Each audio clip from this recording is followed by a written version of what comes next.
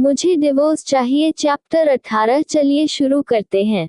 आदित्य अपनी गर्दन थोड़ी सी टेढ़ी कर किसी साइको की तरह अवीरा की तरफ घुमाते हुए देखता है, जिसे देखकर अवीरा तो एक पल के लिए सांस लेना ही भूल गई थी। आदित्य की आंखें हल्की हल्की लाल हो चुकी थी और उसकी आंखें देखकर साफ पता चल रहा था अवीरा को कि वह कितना गुस्से में है, क्योंकि आदित्य की पकड़ अवीरा के हाथ पर कश्ती जा रही थी, जिसे अब अवीरा को दर्द होने लगा था, जिसे अवीरा अपने होठों को आपस में दबा लेती है और अपने दर्द को बर्दाश्त करते हुए धीमी आवाज में खुद को ही समझती है, अवीरा तुझे अभी कैसे भी करके शांत रहना होगा और इस पति परमेश्वर को भी शांत करना होगा। आखिर इसे किस बात का इतना गुस्सा चढ़ गया है? अभी तक तो नॉर्मल था, आखिर इतनी जल्दी इसके ऊपर काल भैरव कहां से टपक गए? और ऊपर से यहाँ पर तेरा पूरा खानदान बैठा हुआ है जिनकी इज्जत अभी तेरे हाथ में है, और उसके लिए तो तुझे इसे सहना ही पड़ेगा। और फिर अवीरा अपने चेहरे पर फीकी मुस्कुराहट के साथ आदित्य के थोड़ा करीब जाकर उसके कान में धीमी आवाज में कहती है, हस्बैंड ये क्या कर रहे हो? अभी हम अपने कमरे में नहीं है तो मुझे इस तरह से परेशान करना बंद करो, सब हमारी तरफ ही देख रहे हैं। क्यों तुम मेरी इज्जत का भाजी पला करना चाहते हो सबके सामने? प्लीज ऐसा मत करो। अवीरा की मीठी और प्यारी आवाज सुन मानो एक पल के लिए आदित्य के अंदर का सारा गुस्सा एक पल में ठंड पड़ गया था। वह अपनी ठंडी आंखें घूमते हुए अवीरा की तरफ देखता है, जिसके चेहरे पर प्यारी सी मुस्कुराहट थी, जिसे देखकर तो पत्थर का भी दिल पिघल जाता। आदित्य बिना किसी भाव के धीमी आवाज में कहता है, अच्छा अगर ऐसा है तो खुद को छोड़ने के लिए मुझसे भीख मांगो, अगर मेरा मूड हुआ तो मैं तुम्हें छोड़ दूंगा। ये बोलकर आदित्य सामने सर कर लेता है, जहां ध्रुव की नजरें अभी भी अवीरा को ही देख रही थी, जिससे आदित्य का गुस्सा जो अभी कुछ पलों के लिए फीका पड़ गया था वह फिर से उभर आया था। वही अवीरा मन ही मन आदित्य को खूब सारी गलियां देते हुए कहती है, आखिरकार अपने आप को समझता क्या है मैं, और इसे भीख मांगू खुद को छोड़ने के लिए? वो भी मैं बिल्कुल भी नहीं, मेरी भी कोई सेल्फ रिस्पेक्ट है। सच में कितना ज्यादा बदतमीज और अड्डू है, पता नहीं कैसे भगवान ने इसे मेरी किस्मत में लिखना था। और फिर खुद को शांत करने की कोशिश करती है, क्योंकि उसके सारे प्यार भरे बार आदित्य पर नाकामयाब हो रहे थे। उसे तो लगा था कि वह अपने प्यार से आदित्य को सीधा कर देगी, लेकिन ये बंदा तो घी के उस डब्बे की तरह था, जिसमें कितनी भी उंगली टेढ़ी कर लो इस डिब्बे से घी नहीं निकलने वाला। इसीलिए बेचारी अवीरा अपनी किस्मत पर रोने के सिवा कुछ नहीं कर सकती थी, और आदित्य की सारी जातियां उसे बर्दाश्त करनी पड़ रही थी, और उसे समझ ही नहीं आ रहा था कि वह कैसे इस साइको सया को सीधा करे। दिन खत्म होने के बाद आखिरकार त्रिशा को मौका मिल ही गया था अवीरा से बात करने का, क्योंकि अवीरा अभी बिल्कुल अकेली थी और आदित्य भी उसके आसपास नहीं था।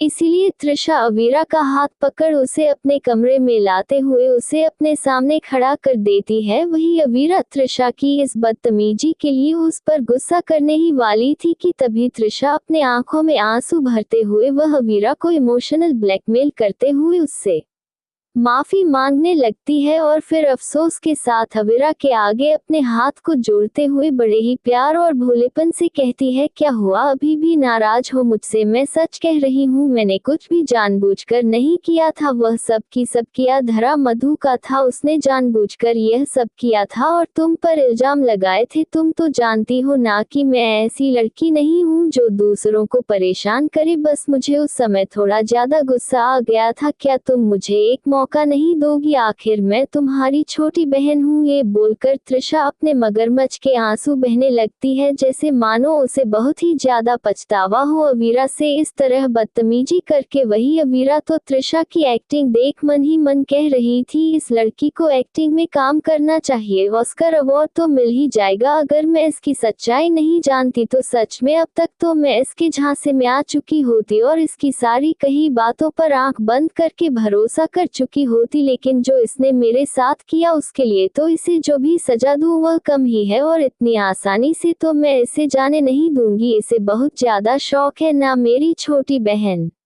बनने का तो चलो इसके नाटक में मैं भी थोड़ा मिर्च मसाला लगा ही देती हूँ। और फिर अबीरा अपने चेहरे पर जबरदस्ती का प्यार लाते हुए तृषा के झुके हुए चेहरे को ऊपर उठती है तो उसकी आंखें आंसुओं से भीगी हुई थी, जिसे आंसू साफ कर अबीरा प्यार से उसके चेहरे को अपने हाथ में भरते हुए कहती है, मुझे पता है कि मेरी बहन कितनी ज्यादा मासूम और भोली है, उसे फंसाना कितना आसान है। और फिर मन ही मन कहती है, एक नंबर की नागिन चुड़ैल कहीं कि तुझे फंसाना, उल्टा तू तो लोगों को फंसती है। लेकिन अफसोस अबीरा तृषा के मुंह पर यह सब नहीं बोल सकती थी, आखिर उसे अपना बदला भी तो लेना था अभी तृषा से। तो वो उसके गले लगाते हुए कहती है, मुझे माफ कर दो, मैं तुम पर गुस्सा किया, आखिर तुम मेरी छोटी बहन हो, आखिर गलती से छोटों से ही होती है ना। तृषा अबीरा की बातें तिरछा मुस्कुरा देती है और मन ही मन कहती है, बेवकूफ कहीं कि मेरी बातों में इतनी आसानी से आ गई, फिर से तुझे बेवकूफ बना तो कितना आसान है, बस 4-5 नकली आंसू और थोड़ा सा इमोशनल ड्रामा और तू एक नंबर की बेवकूफ, आसानी से किसी के भी झांसे में आ जाती है। अबीरा अभी तृषा को उसी के जाल में फंसा कर अच्छा खासा बेवकूफ बना रही थी, वही तृषा मौके का फायदा उठाते हुए अबीरा को अब आदित्य के खिलाफ भड़काने लगती है और उसके बारे में उल्टा सीधा कहने लगती है ताकि दोनों में लड़ाई हो। और जो दोनों अभी परफेक्ट कपल बनकर इधर उधर डोल रहे थे, जिसे देखकर तृषा को बहुत ही ज्यादा गुस्सा आ रहा था और साथ ही उसे जलन भी हो रही थी कि अबीरा की लाइफ कैसे इतनी अच्छी हो रही है। तृषा की बातें सुनकर तो अबीरा का खून खौल रहा था कि कितनी घटिया खुद है, ऊपर से दूसरों को घटिया बोल रही है, जबकि तू तो मेरे हस्बैंड के नाखून के बराबर भी नहीं है। लेकिन अबीरा उसके सामने उसकी सारी बातों में हाँ भरते हुए कहती है कि तुम बिल्कुल सही कह रही हो, मैं कैसे भी करके उसे अपना पीछे लूंगी और जल्दी उसे डाइवोर्स दे दूंगी और उसे अपनी जिंदगी से बाहर कर दूंगी कि मैं उसके साथ नहीं रहना चाहती, वह इतना बुरा इंसान है, वह हमेशा ही मुझे मारता है और हमेशा ही टॉर्चर करता रहता है।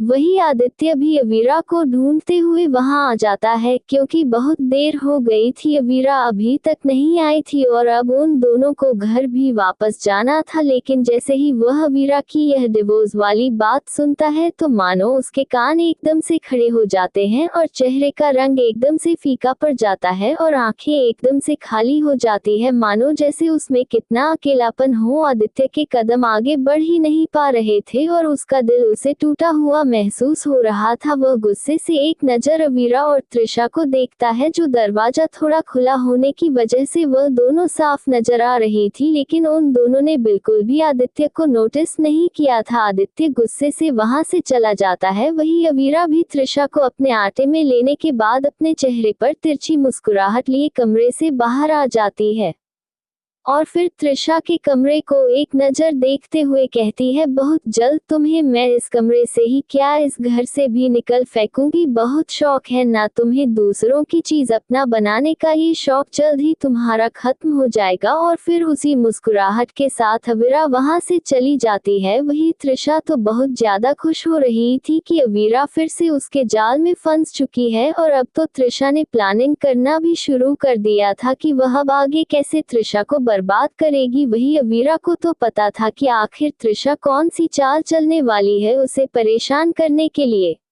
आखिर अब आगे क्या होगा, क्या करेगा आदित्य, क्या वह अपना गुस्सा दोबारा से निकलेगा अबीरा पर डिवोर्स का सुनकर, और क्या होगा अबीरा का जानेंगे जल्द ही।